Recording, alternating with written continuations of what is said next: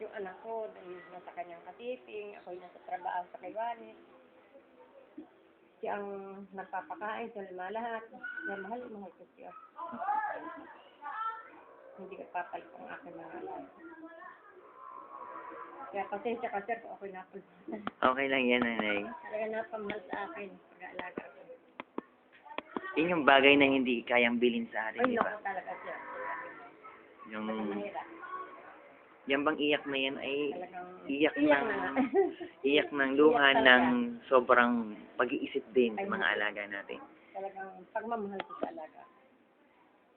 Kahit na gayon mga ugali, iba't ibang mga ugali. Mahalaga sa akin, sir. Tama.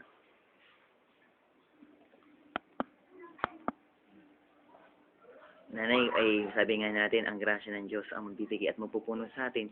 Maaaring hindi tayo bigyan sa mga ilang pamamaraan, pero spiritual at mahabang buhay, Ay, yun ang mas ibibigay sa atin ng Diyos.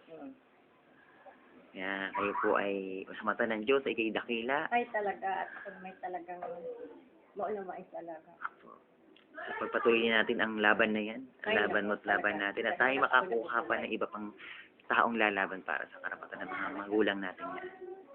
Nanay, maraming